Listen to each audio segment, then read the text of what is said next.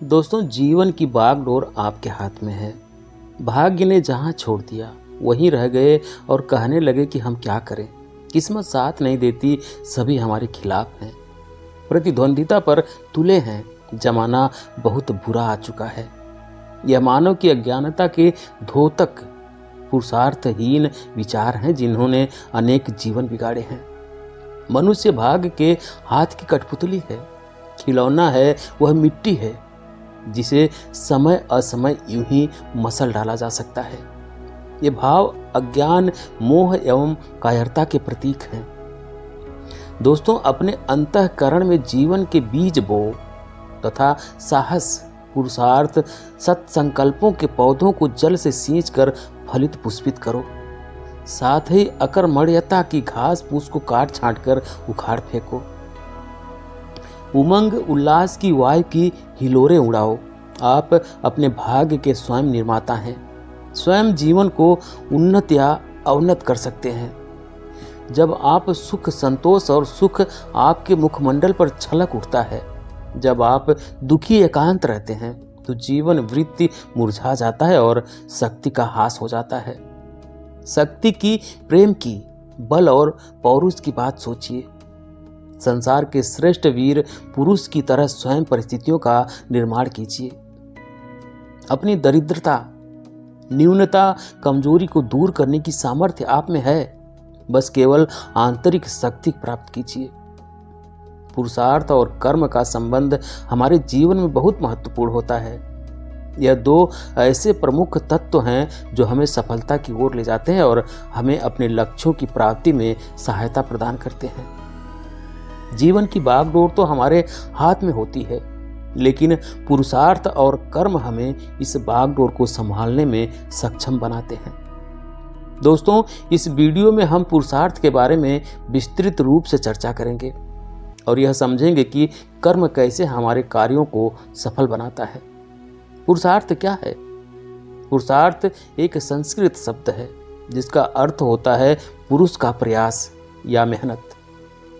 यह मानव जीवन में अपनी क्षमताओं और संसाधनों का सदुपयोग करके अपने लक्ष्यों की प्राप्ति के लिए प्रयास करने का तात्पर्य रखता है।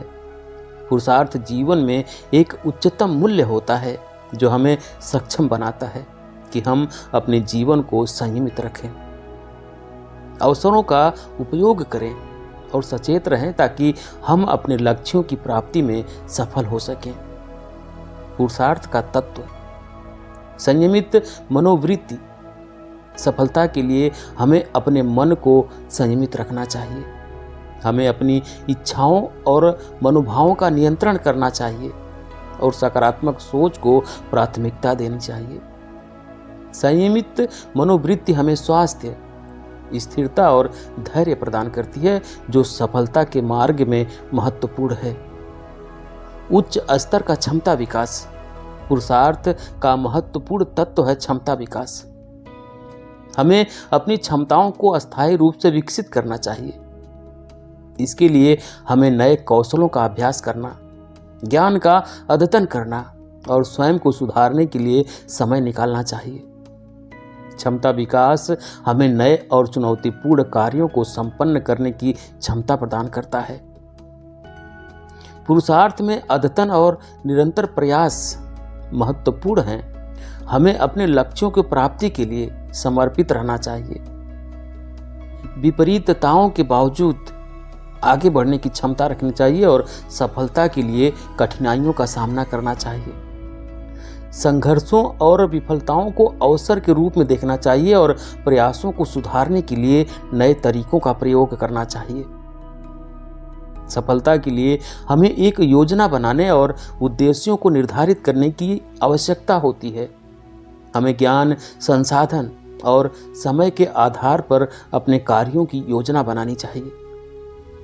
योजना बनाने के बाद हमें निरंतरता के साथ उद्देश्यों की ओर प्रयास करना चाहिए और उन्हें पूरा करने के लिए सक्रिय रहना चाहिए। कर्म का महत्व। कर्म विचार, शब्द और क्रियाओं का संग्रह है जो हम करते हैं। कर्म हमारे द्वारा उठाए गए कार्यों का संकेत करता है और हमारे द्वारा जीवन में उत्पन्न फलों का निर्धारण करता है। इस प्रकार कर्म हमारी सृजनशीलता, निर्माणशीलता और सफलता के भाग्य के बदले बनता है। कर्म की प्राथमिकता। कर्म हमारे जीवन में एक महत्वपूर्ण भूमिका निभाता है। हमारे कर्म हमारे लक्ष्यों और इच्छाओं को प्राप्त करने में सहायता करते हैं। बिना कर्म के कोई भी सफलता नहीं हो सकती।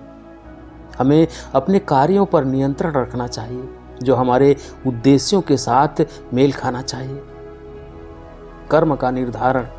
हमें सकारात्मक और उच्चतम दर्जे के कर्मों का चयन करना चाहिए, जो हमारे उद्देश्यों को प्राप्त करने में सहायता करे।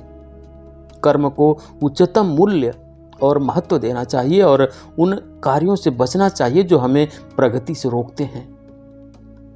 कर्म से अछूता। सफलता के बारे में बात करते समय हमें कर्म फल से अछूता रहना चाहिए। कर्म फल के लिए चिंता करना हमारे कर्मों को प्रभावित कर सकता है और हमारी स्वतंत्रता और संकल्प को कम कर सकता है।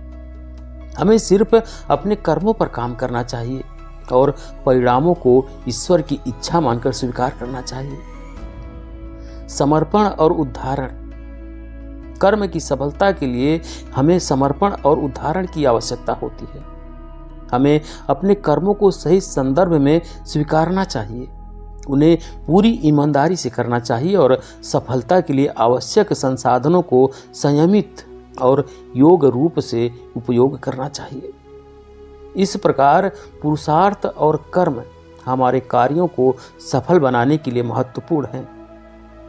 हमें अपने कर्मों को क्षमताओं और संसाधनों के साथ मेल खाना चाहिए, संयमित मनोवृत्ति बनाए रखनी चाहिए, निरंतर प्रयास करना चाहिए और अपने उद्देश्यों की ओर संघर्ष करना चाहिए। कर्म फल की परवाह किए बिना हमें उच्चतम स्तर पर कर्म करना चाहिए और समर्पण और उद्धारण के साथ अपने कर्मों को पूरा करना चाहिए। इस प्रकार हम सफलता के दरवाजों को खोलते हैं और अपने जीवन में उच्चतम स्तर की प्राप्ति करते हैं। तो ये थी आज की एक छोटी सी कहानी दोस्तों। आपको कैसी लगी कमेंट करके ज़रूर बताएं। वीडियो को लाइक करें, शेयर करें। चैनल पर नए हैं, चैनल को सब्सक्राइब नहीं किए हैं तो प्लीज़ चैनल को सब्सक्राइब करें। बेल आइकन भी प्रेस कर लें ताकि आने वाली सभी वीडियो का नोटिफिकेशन सबसे पहले आपको मिले। वीडियो देखने के लिए बहुत बहुत धन्यवाद।